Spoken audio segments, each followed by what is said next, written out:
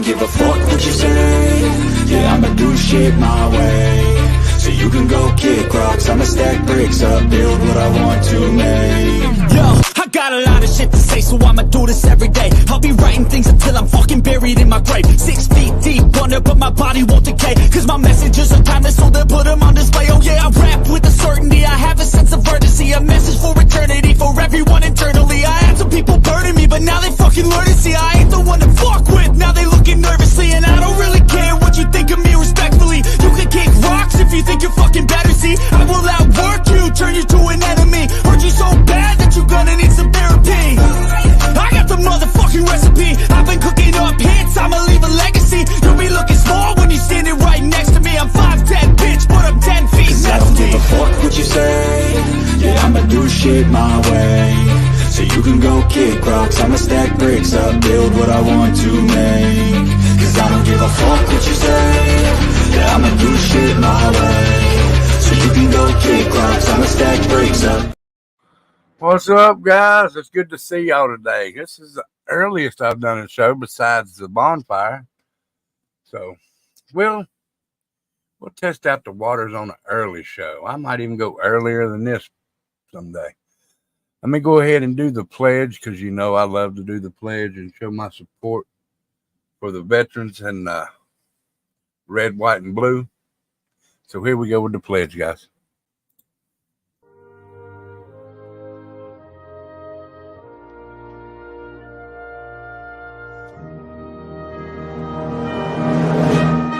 I pledge allegiance to the flag of the United States of America and to the republic for which it stands, one nation, under God, indivisible, with liberty and justice for all. Thank y'all so much for that. And then I'll come in and say hello to everybody. Hello, Jade Brad. Hello, Joni. Pin 1010. It's good to see you. And everybody else that's hid in the bushes. It's good to see y'all. Or at least know y'all there. The story I got today is about, I'm assuming it's about 15 miles down the road now. It actually happened in 2019. But they're just now getting to the trial of it. So this might be a two-part, because there's some things in the court that I want to go over. But what's up, Tony? It's good to see you, brother. But we'll figure that out. But first, I'm going to read off the story that was in the News Channel 11 here in Johnson City. Kiki and Lily, it's good to see you. Thank you for being here, dear. Can y'all see that? Or do you need me to try and make it a little bigger?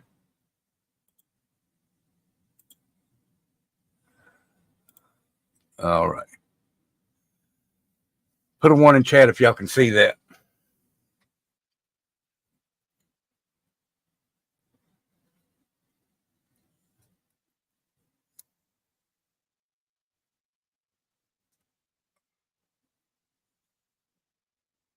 Angel's at work, so she might be popping in to say hello every now and then.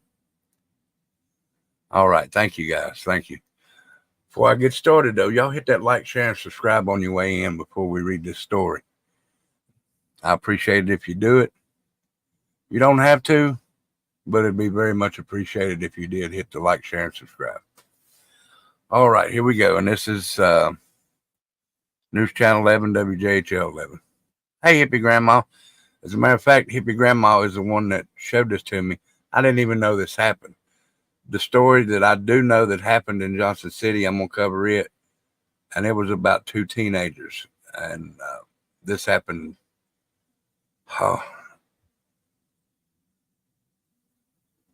back in the early 2000s. like 2002, 2003, something like that. But now this one happened in 2019. It says Johnson City brother and sister convicted in mother's 2019 death. And this was just put in, updated June 28th, 2024. Jonesboro, Tennessee. A Johnson City brother and sister were convicted of murder in the 2019 death of their mother. A jury on Friday found Michael and Karen guilty of first-degree murder. Washington County grand jury had indicted the siblings following an investigation by the TBI. It does take a long time to get these people to court. This happened in 2019, and it's now 2024. It is a sad case. And like I said, Hippie Grandma turned me on to it, and I read it, and I watched the stuff on the court proceedings and some of the stuff in there, guys. And I will play some of it, but it is going to be very, very graphic, and yeah, it's just real bad. After TBI investigation into the death of their disabled mother, Sheila June Murray, who was hospitalized before she died. According to the TBI, the investigation determined that Michael and Karen Murray were responsible for the abuse and neglect that resulted in their mother's death. It says, I'm very disappointed in the verdict. Chris Bird, attorney for Karen Murray, told News Channel 11. I thought it was apparent that this was a poor family who was in over its head, trying to care for an elderly parent with problems that they weren't capable of handling. I don't believe these were knowing acts of neglect, but the jury thought otherwise, and the verdict is what we're supposed to respect. And to be honest, guys, to be definitely honest, and you'll see when I show the court proceedings that I also think that the other sister that was involved, hey Amanda, that was involved, she wasn't involved with the actual thing, but I think she should get some reprimand, because this was also her mother and she knew where she was. And why didn't she step in to do anything? And I'm not saying that the others didn't deserve what they got, but, and as you will see, the others, in my opinion, I don't know if they did. I don't even remember if it said if they did or anything like that. And Hippie Grandma might be able to throw in some facts, but it looked like that they had disabilities of their own. And why would the other sister that was not involved or did not get no time or anything, why would she get off scot-free and the others who had disabilities get the time? It is neglect, but it's on the neglect of all of her children, really. Look, if my mom, God rest her soul, if she was being neglected like that, I would expect to be put in jail, whether I'm knowingly there or if I'm in another state, because I let it happen. That's ridiculous, you know. But you'll see. On Tuesday, a medical first responder testified to the condition Sheila June Murray was found in when EMS responded to her home in 2019. EMS reportedly found her with a compound ankle fracture lying in a bed that was wet with urine and fecal matter on her. The sentencing hearing is scheduled for September 30th. Now, like I said, I got to go over here and find the well, now calling for the sister for help, that should have been done, but they had something. You could see that they had something. It may have even been drugs. I'm not saying it was, but it may have even been that. So let me go find the case. All right, here we go. Okay.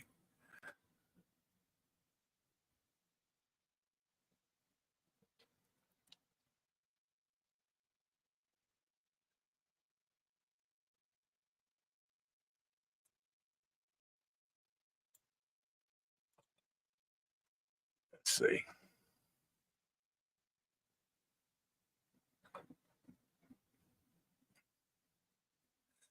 And I'm going, hey, Granny Bassmaster. Hey, Elmer, how are you? Now, the first one I'm going to read or play is, it's the EMT. No, you're fine, Granny Bassmaster. It's the EMT. Let me go ahead and bring up my screen cover first.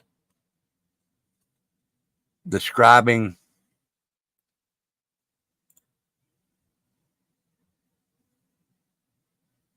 the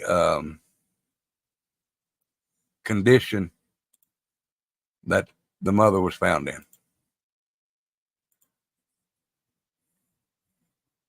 All right.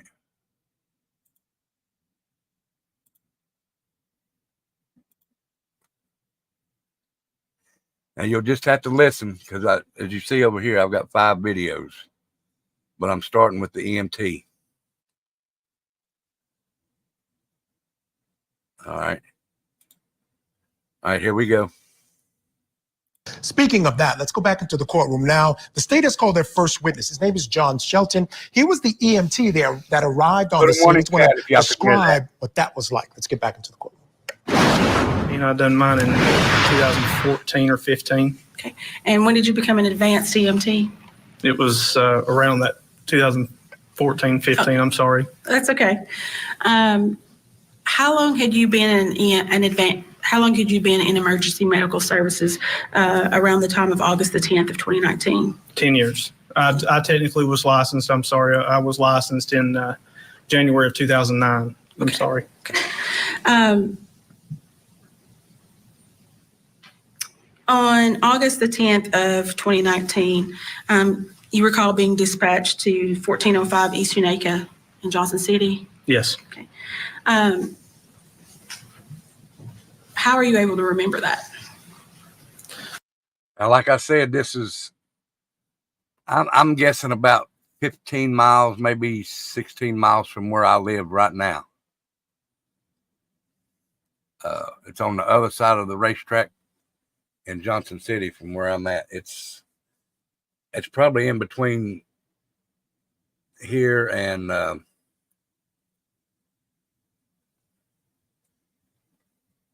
what the hell is it? But it's not too far, like I said, about 15 miles. So here we go. And I loved your post, Julie, on Facebook. I like that. All right, here we go, guys. Well, there's a couple different reasons that I can remember that particular call. One being the smell of the house and the heat that was in the house that day. The other being the injury to the patient. Okay. How many calls do you think you had been on at that point in your career? Hundreds. Okay. And how serious were the calls that you had been on? I mean, I've run several cardiac arrests, car wrecks. I mean, just various different health issues, strokes, heart attacks. I mean, there was several, not including the pediatric calls that I had ran. So I had ran several bad calls. But this particular call stands out in the midst of all that. Yeah, I would say overall of my career, this is in my top 5 that I remember. Okay. And do you recall what the nature of the dispatch was? We were dispatched out routine traffic on a fall. I will.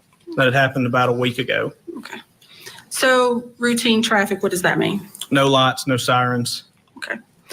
What happened when you arrived at 1405? When we got there and we got out of the truck and as we were making our way into the home, I was met by two people that were in the house. I was met by an elderly black male and a black female. Okay, do you see that person in the courtroom, the female?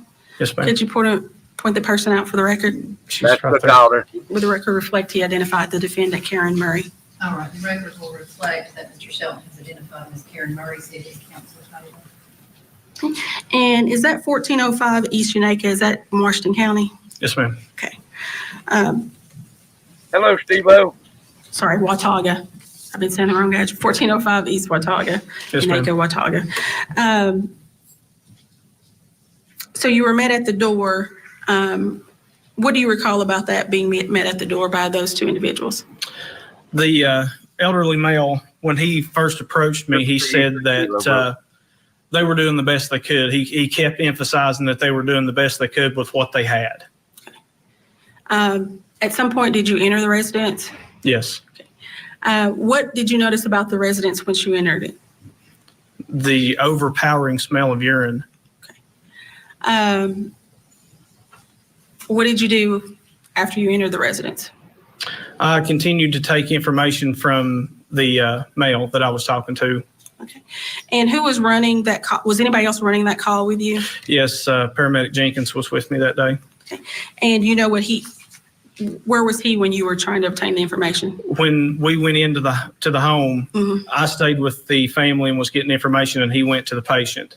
Okay. Do you recall where the patient was located in the house? She was, when you come through the front door, there was like a living room. She was down the hall and to the left in a room. Okay. And did anything change about the odor of urine that you were smelling as you entered the home? It continued to get worse. Okay. So at some point, did you make contact with the patient? Yes, ma'am. Tell us how that occurred. All right, before he starts this now, guys, remember this was 2019. It's summertime. I don't know if they had any air conditioning in the house, and there was urine smell plus the heat. That doubled it up. That would have made anybody sick. Plus what he's getting ready to describe to you, it's just ungodly that had to happen to this woman. And he's getting ready to describe to you what he's seen when he's seen the woman, the mother. So let's go ahead and listen. As I was continuing to get information, we were going down the hall back that way to the patient's room, and my partner steps out and says, you need to get in here. And I asked him what was going on, and he said, well, go in and look at her ankle. He said, go in and look at her ankle. Okay. And when you entered that room, tell the ladies and gentlemen of the jury what you saw. I saw an elderly black female laying in a bed. She was laying on her back. There was no sheet on this bed. It was one of the plastic mattresses like you see in a hospital. There was no sheet on the bed. She had on a white T-shirt. She had vomited at some point, and the vomit was still on the T-shirt. Again, the smell of urine was rough. And it being hot in that house, it just made it 10 times worse. When I looked at the patient's ankle and looked at the injury that we were called out on, it was a compound ankle fracture, so the bone was sticking out of the skin. I remember as I looked and assessed the patient, the bed had urine in it, and it had been there long enough that it had turned colors. It was brown. The patient had fecal matter on her, had fecal matter around her ankle. It was rough to even look at. The 10 years that I had been on the ambulance, that was one of the roughest scenes that I had witnessed at that point. Just the out and out neglect. All right. So he went in and seen her ankle bone sticking out of her ankle. sticking out the side of the skin, urine all over the bed, fecal matter on the bed, and down near her ankle where the bone was sticking out. Plus she had throw up on the shirt that she was still laying in. Now, this is these two people's mother.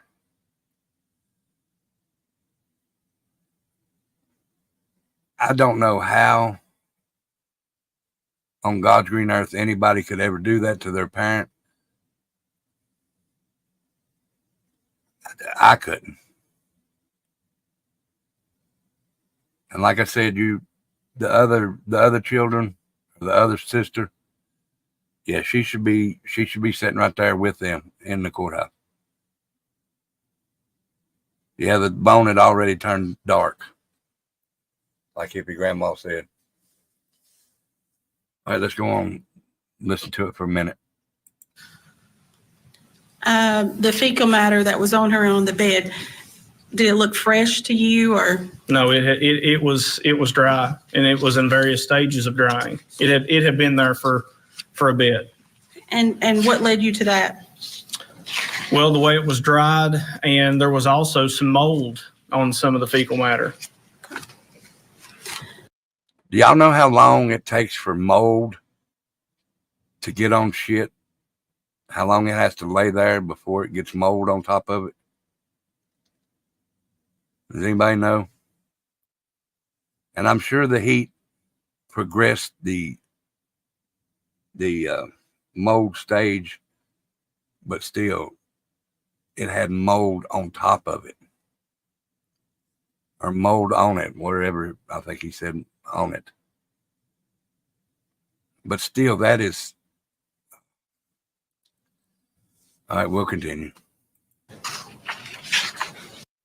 I need your help, and here's why. I'm on a mission to recover $10 million within the next 12 months. You said that you had assessed the patient. What were you doing to assess the patient at that time? I had come in and was looking at her ankle and was just checking her over to make sure that there was no other injuries. The obvious was the ankle. Was there, you said the obvious, was there anything else you noticed about her? She had her medical history. She had a stroke, so she had contractures. So she was bound. Her arms were up and contracted. She was nonverbal. One of her eyes was swollen and matted shut. There was also some things around her neck. It was a yeast infection that was around her neck. And that just does not happen overnight. Okay. So as part of the training you received during the EMT, that includes fractures? Yes, ma'am. Okay. Was there anything of significant, aside from the bone being exposed, about the fracture that you noticed? Yeah. It takes usually days to see before you can see it, but if you're right up on it, you can see it within 24 hours, the mold that grows on fecal matter. It was discolored. The bone was discolored and it was dried at the end. That is not something that happens within just a few hours. That's days of that bone being exposed. Okay. Do you recall if you saw blood around the injury? Yes, it was dried. Was there any fresh blood around the injury? No, ma'am. Do you recall whether or not you saw any bandaging? There was no bandaging. I'm going to ask the bailiff to hand you.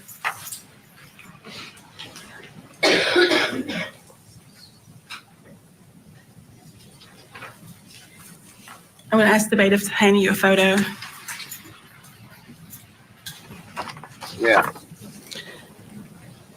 Do you recognize what's in that photo? Yes, I recognize her ankle and recognize the fracture. Okay. But I will say there is no fecal matter on that picture. Okay.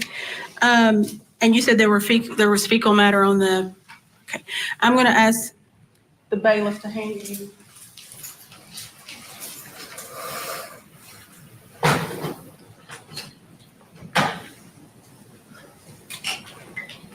A blue Sharpie. Yes, ma'am. And I want you to mark on that photo where you saw fecal matter.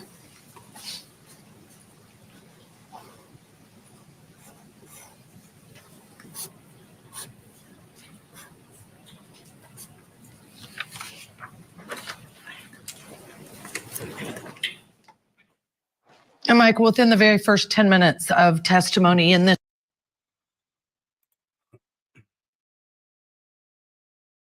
Yeah, I've seen how fast it grows in the shower. I went into houses. I used to be a independent. I don't even. We would go check houses to see if everybody had moved out of the house or left anything for the banks to take repossession of. And I've been in some houses that's ungodly. I mean,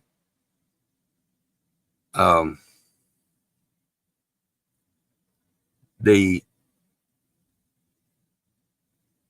mold in the tub.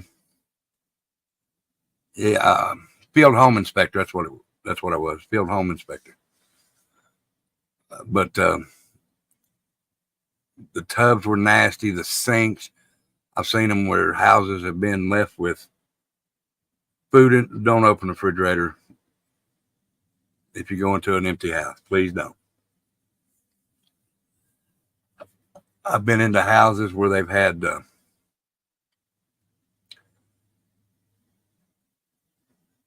a gentleman, and this was just in Elizabethton, but he had just committed suicide.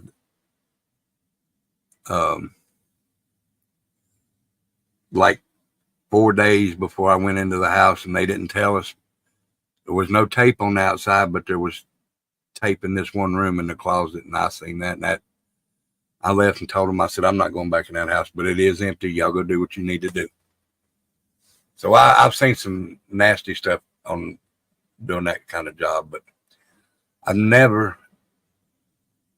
heard of anything like this. I mean, it's just uncanny. Let me try and find a picture of these two. Let's see.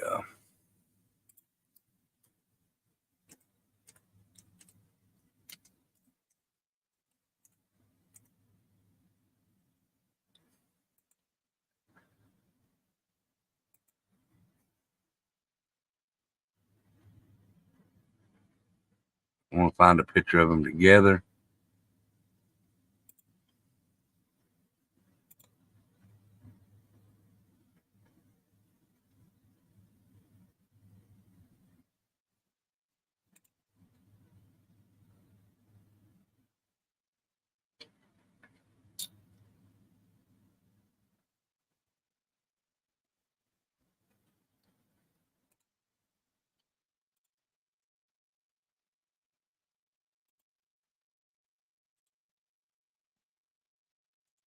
And then I might go back to the other. Let's see.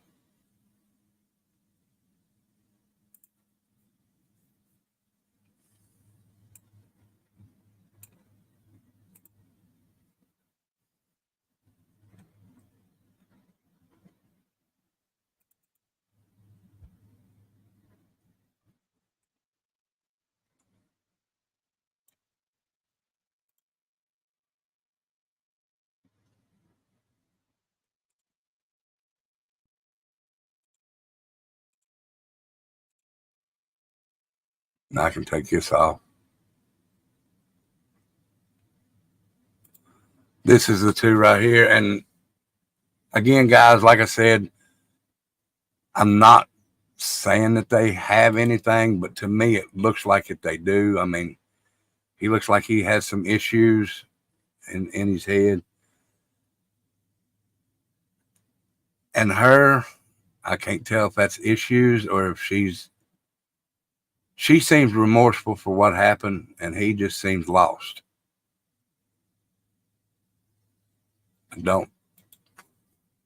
I don't know. I wish this hadn't happened to this lady. Now, I'm not going to be able to play all of this one, but I will play a little bit of it. Let me go ahead and get this back up here. Now, this is the sister.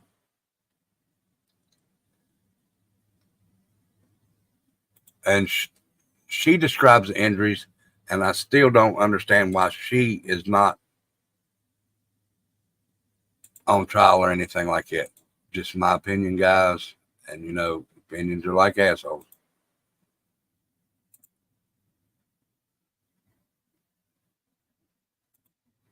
All right, this is, I don't know, I can't remember the sister's name, but here we go with this part right here. This is the brother and sister. This is the, I think she's the middle sister, maybe. We'll listen. Here we go. Get comfortable. Would you state your first and last name for us? Sonia Henry, And can you spell that?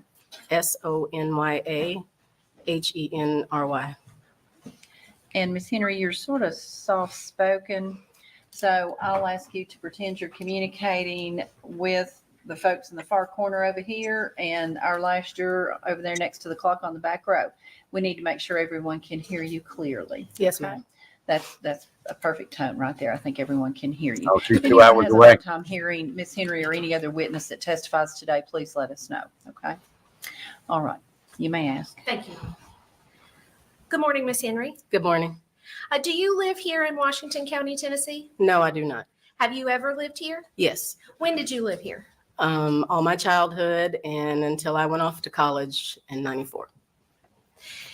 Do you still live here in the state of Tennessee? Yes. Okay, and who do you live with here in Tennessee? My husband and my 3 children. Did your family continue to live here in Washington County even after you left for school? Yes. Do you remember the address of where they lived? Yes, ma'am. What was that? 1405 East Watauga Avenue. And is that here in Washington County, Tennessee? Yes. Who all lived at 1405 Watauga Avenue? My mom, my dad, my sister, and my brother. What is your brother's name? Michael Murray. Do you see your brother here in the courtroom? Yes, I do. Can you point him out and describe something that he's wearing? He's right there in the blue and white plaid shirt. Your Honor, if the record could reflect identification of Mr. Murray by the witness. The record will so reflect. If you know, how long did your brother, Michael Murray, live with your parents in the house on Watauga? He has lived there all his life. Do you know if he ever had a job or worked outside the home? Yes. What kind of relationship did you have with your brother? It was your typical one, but I think as I went off to college, we weren't really that close once I left home. And you said you had a sister. What's your sister's name? Karen Murray. Do you see Karen Murray in the courtroom? I do. Can you point her out and describe something she's wearing? She's right there with the black shirt. Your Honor, if the record could reflect identification of Miss Karen Murray by the witness. The record will so reflect. If you know, how long did your sister Karen Murray live with your parents on Watauga? She also lived there all her life. Do you know if she ever had a job or worked outside the home? Yes. Yes, she did. Mhm. What kind of relationship do you have with your sister? Typical one, and we remained closer as I left home. Okay. You talked about living with your parents. What was your father's name? We called him Tony. His name is Edwin Murray. And has he passed away? Yes, ma'am. When did he pass? He passed November 15th, 2019. What kind of relationship did you have with your dad? I had a good one. We were close. And lastly, what was your mother's name? Sheila Murray. Now, of course, your mother's the reason that we're here today. And the jury has already heard some things about what happened and what was seen the day that your mom went to the hospital. But I want to go way back before that. Tell us about your mom. She, big lady. She was happy. She was a very strict parent, but she was a good parent. She was very funny. She knew no stranger when we were out and about. She just liked to talk to people, and she was a great cook. What was your favorite thing that she cooked? Probably her fried chicken. She was pretty famous for it in the neighborhood. Extended family would come around just to get her cooking. So, yeah.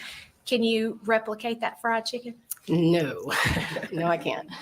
I tried.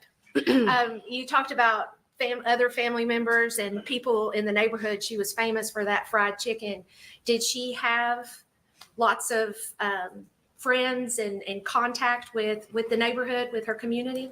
She got along with the extended family. Yeah, she didn't have like a lot of friends. She stayed mostly home and just in the neighborhood. But yeah. Okay. And all right, let's get on up here. He didn't want to do that. Getting in and out of the bed, that type of thing.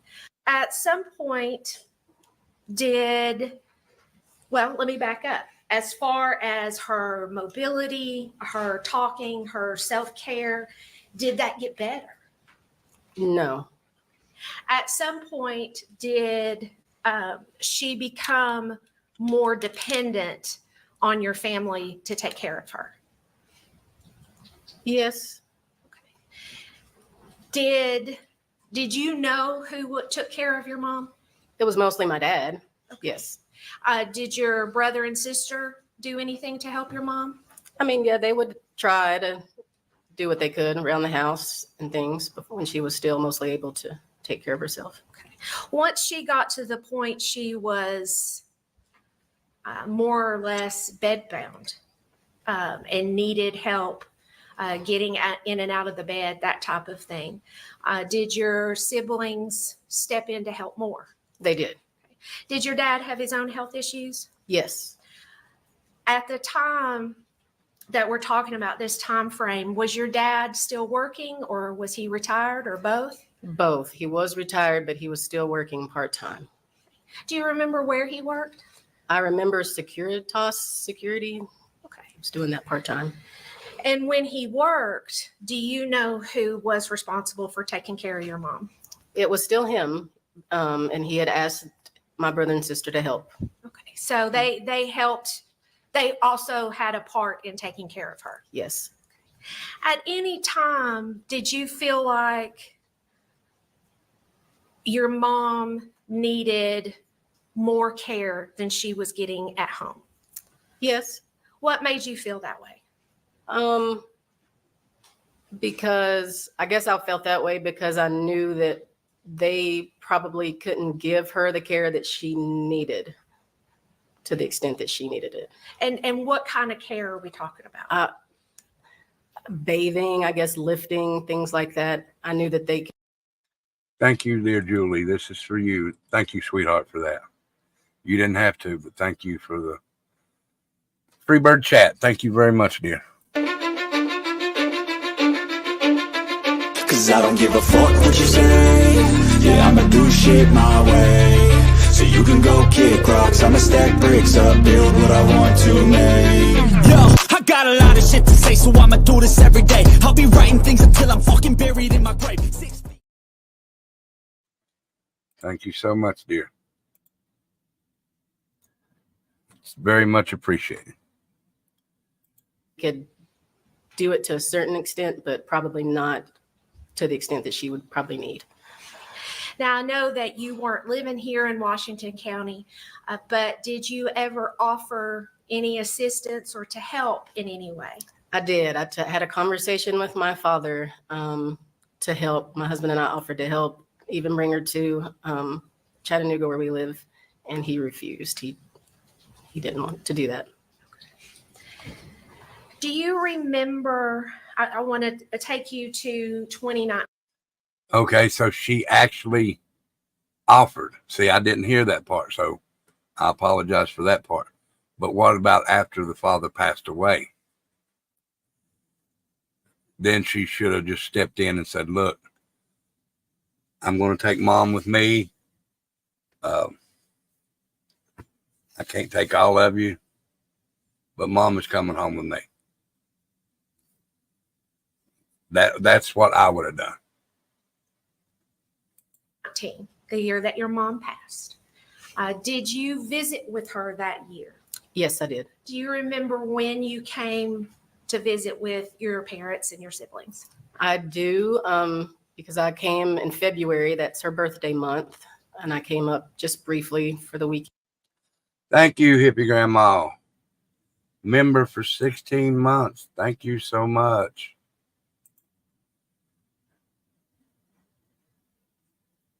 Thank you, dear.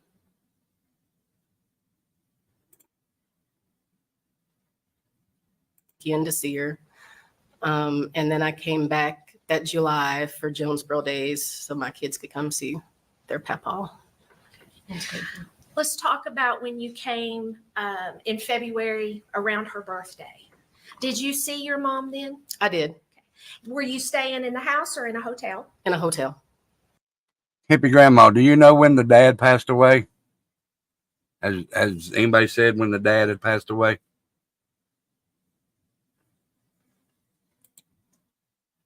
Were you by yourself or did your kids come in February? I came by myself. Okay. How did your mom look to you in February of 2019? Well, she looked how she normally looked when I came, which was never well. And usually when I would come, she was always, in the bed, covered up. So I would just see basically her face, neck area, and say hi. But at that point, she was nonverbal, so there was no speaking. But she would look at me, and that was the extent of it. So she would look at you, so she would see that you were there. Mm-hmm. Did she? Of course, we understand that she looked unwell at this point, but did she look like she was being taken care of? From what I understood, yes. Did she look clean? Well, yes, because I only saw from I've her seen that, head Elmer. and her neck, I've so seen I that. just assumed she was. I think I've being taken covered care that of. back when I very first So started. let's talk about when you went in July. Mm-hmm. Was there any kind of difference between how she looked in July as how she looked in February? It was about the same.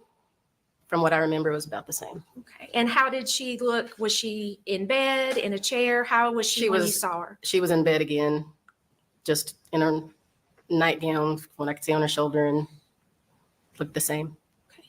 And was she still able to look at you, track you when you were there, or was it a little bit different in July? She could track me, but not as well. It took her a little longer, from what I remember, in July. That's when the dad passed. So let's talk about the day that your mom was taken to the hospital. How did you find out that your mom had been taken to the hospital?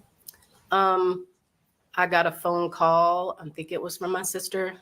Can't remember if it was my sister or my dad, who called to say that they had trouble getting her out of bed, and she had hit her foot. And so they took her in because they realized that it was worse than what they thought.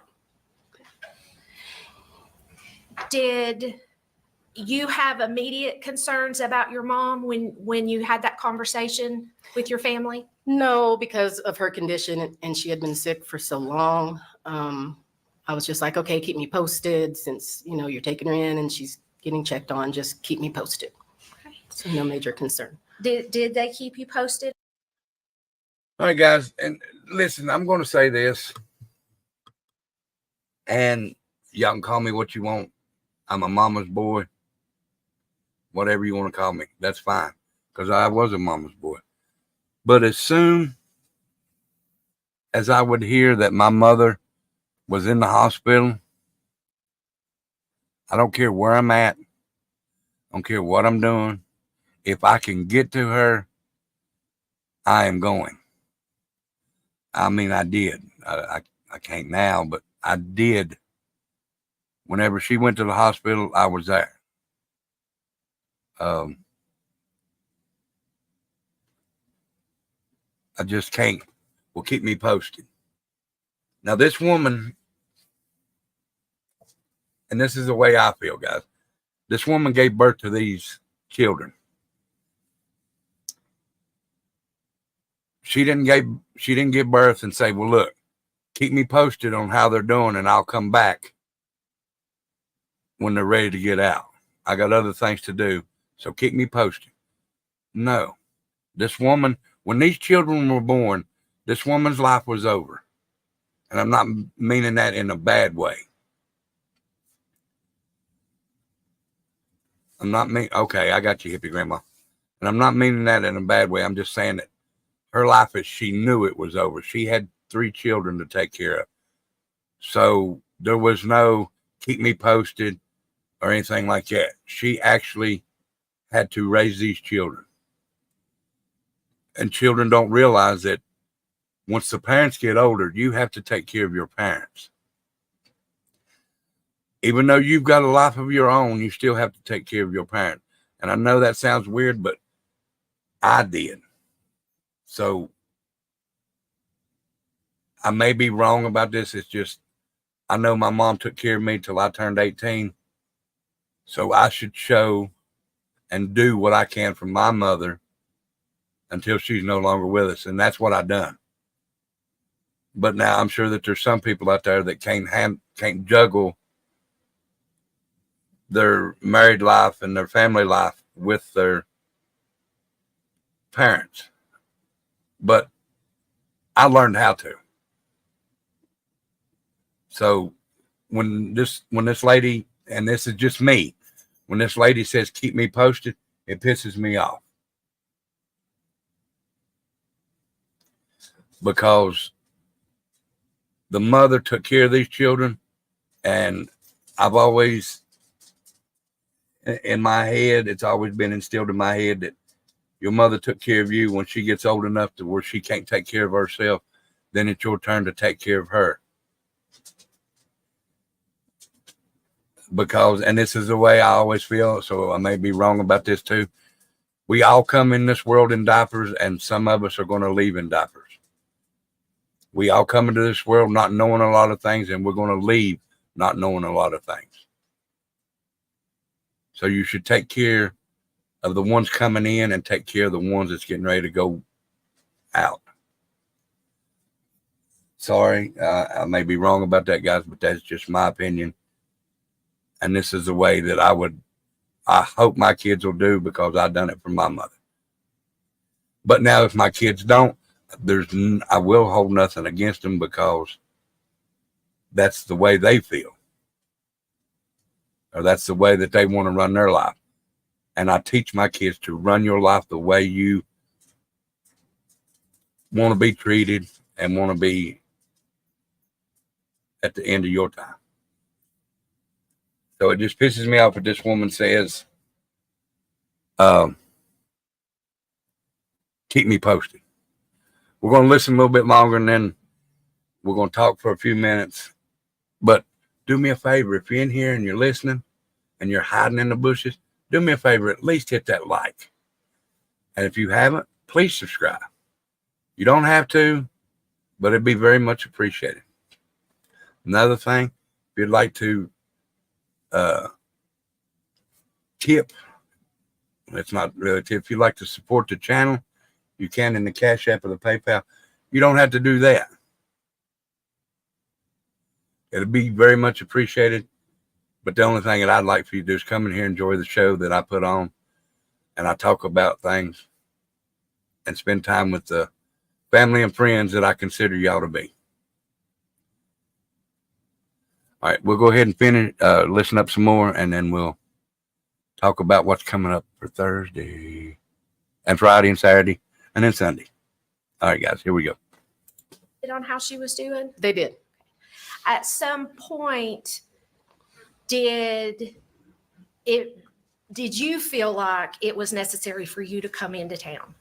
Yes, I think it was the next day, from what I can remember. Thank you, Granny Bassmaster. You didn't have to, but very much appreciated.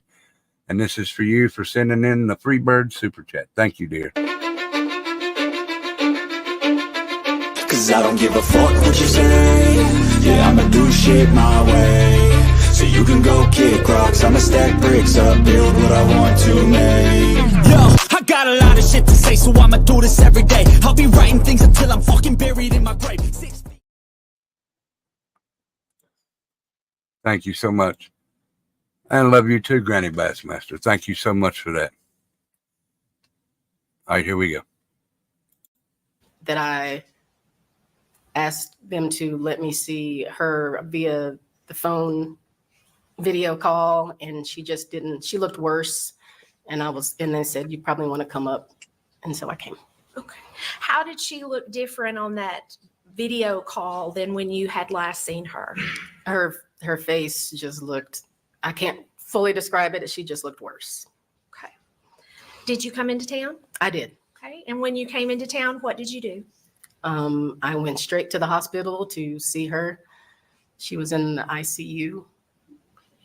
Did you talk to any of the doctors or nurses while you were there?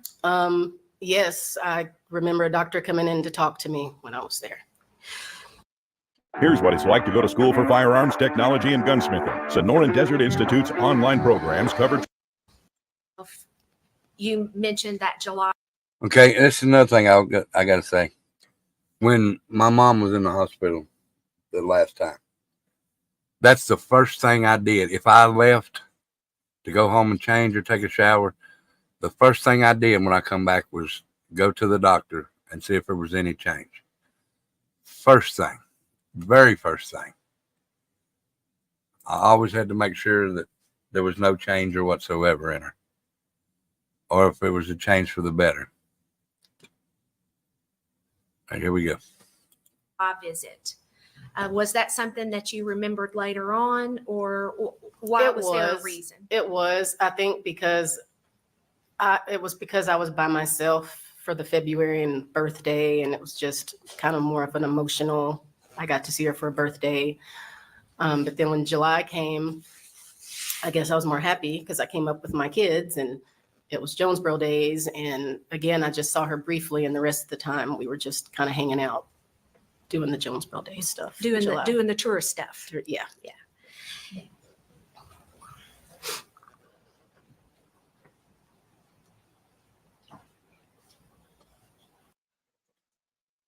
And I respect that, Steve-O. I mean, that was your mother's choice, and I understand. Now, let me finish this, and then I'll tell you what I got to say. And it's not about yours, Steve-O, though. But I respect that. And rest in peace to your mother, Steve.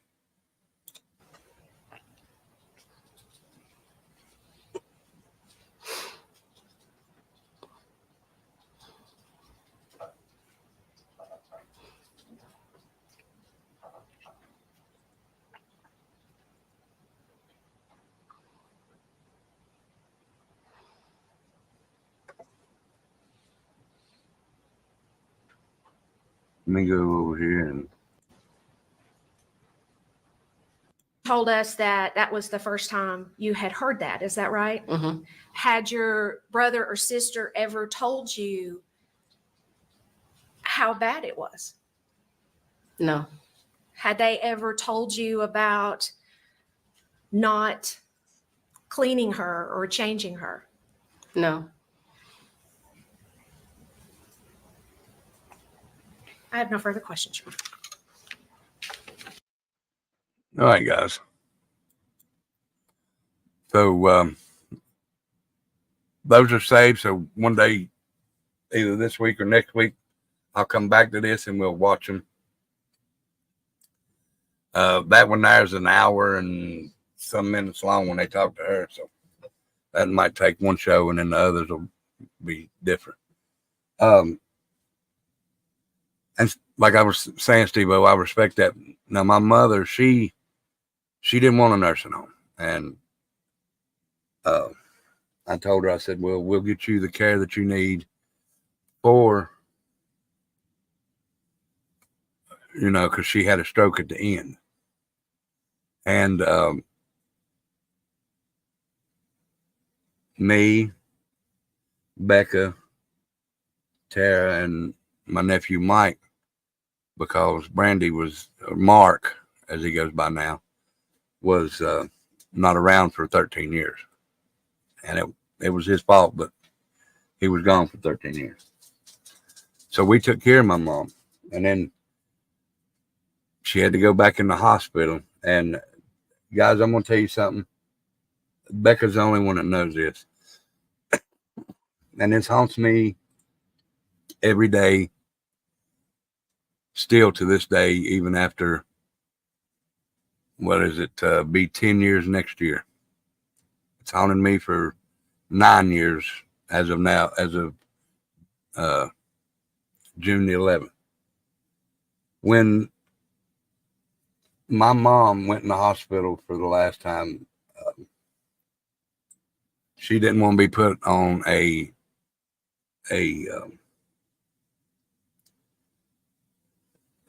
think a ventilator, but there at the end, they said that she needed to be put on one, or she wasn't gonna make it through the night. So this was me being jealous. I don't know if it was jealousy or just, I don't know what I would call it. And y'all can throw some words in there and they're probably right. Well, we took care of her there at the end. Hippie grandma, after she had her, she went to rehab and all that and learned to walk a little bit. But I kept her on a ventilator for about a week or 2 weeks. And they come in and told us, they said that the only thing that's keeping my mom alive was the ventilator. And I told my nephew, my oldest one, because I couldn't do it. That was my mom. I told him, you would have to, and I told the doctor, I said, he'll have to be the one to tell you because I can't do it.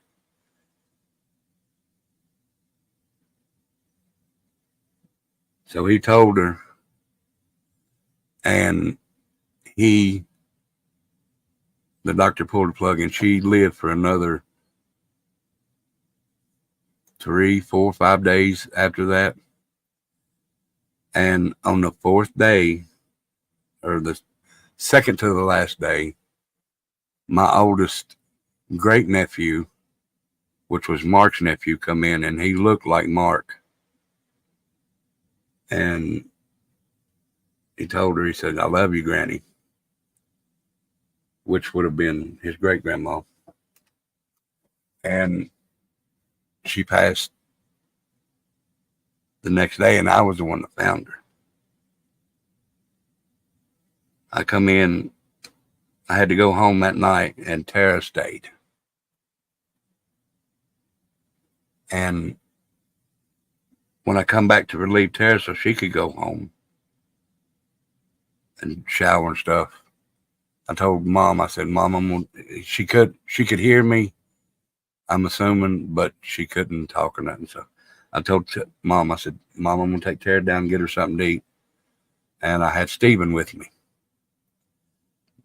Becca and the babies were at home because the babies were too small to be there with,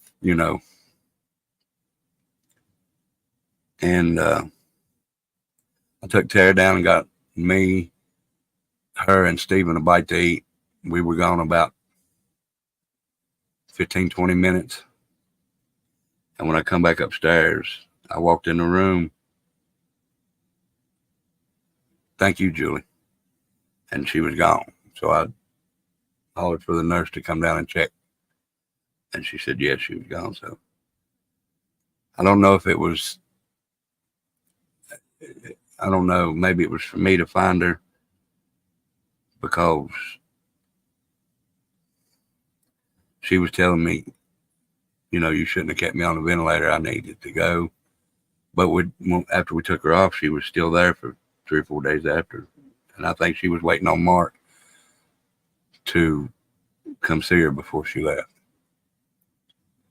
So, guys, that's one thing that haunts me to this day, 9 years later, that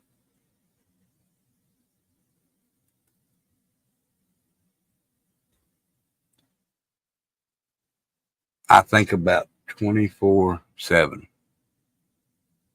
And when Becca talks about her mental health, that's one of the things that I keep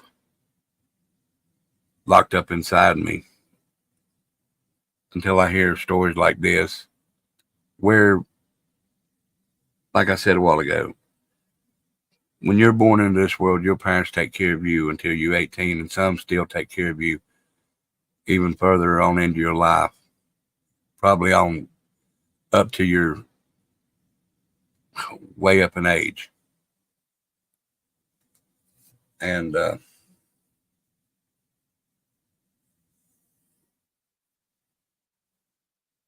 I think it's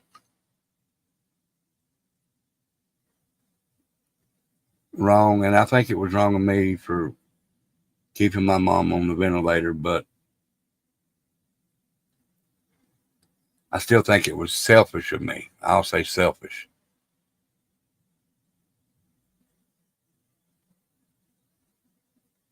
Because I didn't want her to go. But I'm glad that me and Becca took care of her in her last days. Me, Becca, Mike, Tara.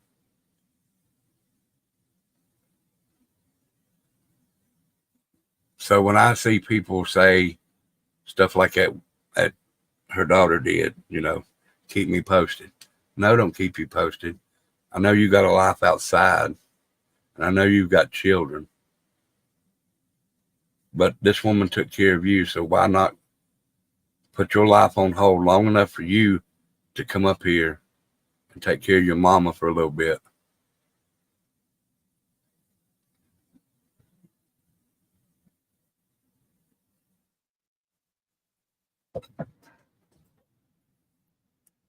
Because like I said, we all come in this world in diapers. And some of us might leave in diapers. Thank you, Joni.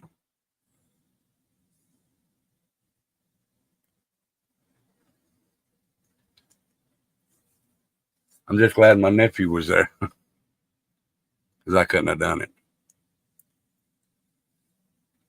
But guys, like I said, we will go over some more of this. And then we'll get to the end where they read the verdict and everything.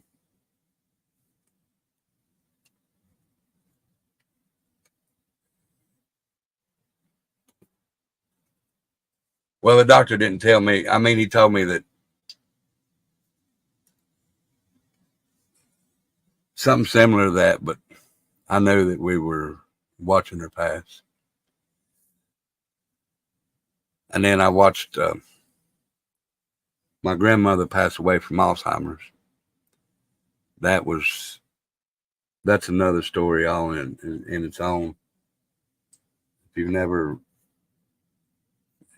had anybody with Alzheimer's, because my grandmother, she, at the very, very end, probably 2 to 3 months before she passed, I was the only one that she remembered. She didn't even remember Mom, which was her own daughter. Nothing like that.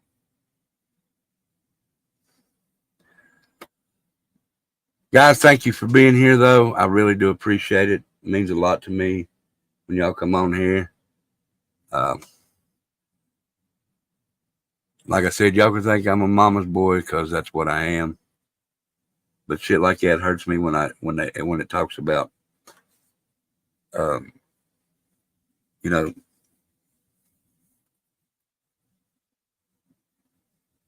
keep me posted.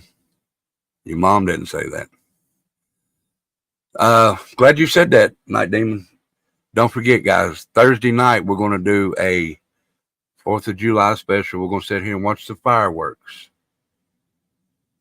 at Tattooed Rebels. The fireworks start at 10 o'clock here. So I'll go live about 9:30, 9:45, something like that. Y'all please come on over, enjoy the show with us, watch fireworks with us. and then we'll go over and find somebody else that's shooting off fireworks and watch it with them. But I really do appreciate it. Y'all are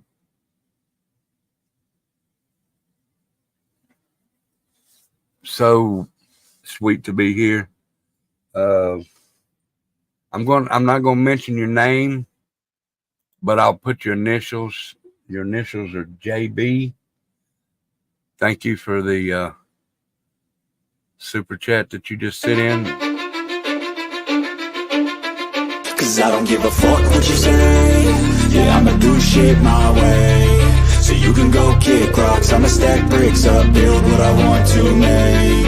Yo, I got a lot of shit to say, so I'ma do this every day. I'll be writing things until I'm fucking buried in my grave. Like I said, I'm not going to say your name, but thank you so much for the donation you just sent in. It's very much appreciated.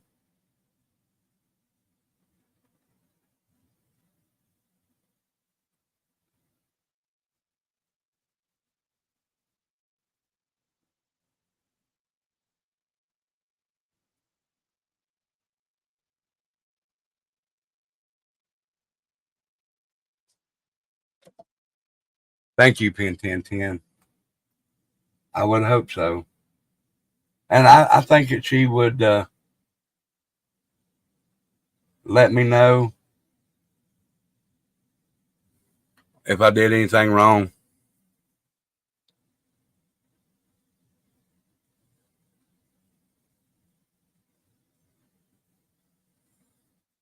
Go look it up on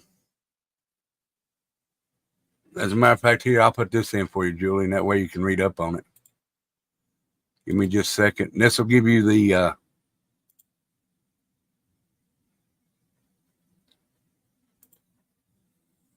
I'll give you this right here, which is, y'all want to go read up on it? This way you can get their name. And that's on Court TV, yeah. But this is the link to WJHL. If y'all want to go read that. Guys, I really do appreciate it. Y'all been so very kind. Thank you for the tips that y'all sent in. Or I call them tips or whatever, but the donations y'all sent in. Y'all been very kind. But I will say this as you leave. Be here Thursday, 9:30, 9:45. I think it's 9:45. Watch fireworks with us. I might do something tomorrow. As a matter of fact, I will do something tomorrow. So y'all be looking for that. But it's going to be it's going to be a daytime thing. But hit the like, share, and subscribe on your way out, please. It'd be very much appreciated. And again, whoever JB is, I won't say your real name, but thank you for the donation to the channel. It is very much appreciated. You didn't have to, but appreciated. But I will say this. If you would like to send a donation to the channel, you can in the Cash App or the PayPal. It'd be very much appreciated. Like I said, you don't have to. The only thing that I ask you to do is come in here, have a good time, and enjoy the show with us. Enjoy the time that you spend with family and friends. And we don't say bye here, guys, because bye is permanent, and I'd love to see y'all back here tomorrow for the other show. So y'all be good. Stay safe. Much love and respect to everybody here. And remember, take care of your parents because they took care of you to begin with. Love them till the day that, love them forever. No, not till the day that you die. Love them forever. Okay, Jay Brad, you be good. Thank you for being here. But much love and respect. Y'all be good. Stay safe. And we'll see you tomorrow. Okay, tomorrow. We'll see you tomorrow. Much love and respect, guys. I don't ever slow up, no I don't take shit. I got no love for the fakeness. If you wanna play tough and wanna hate this, I'll always show up. I don't have never slow up, no I don't take shit. I got no love for the fakeness. If you wanna play tough and wanna hate this, I'll always show up and make a statement. I don't ever slow up, no I don't take shit. I got no love for the fakeness. If you wanna play tough and wanna hate this, I'll always show up and make a statement. Everything I do so instinctive and so passionate. Every word I move so descriptive like an adjective. I got a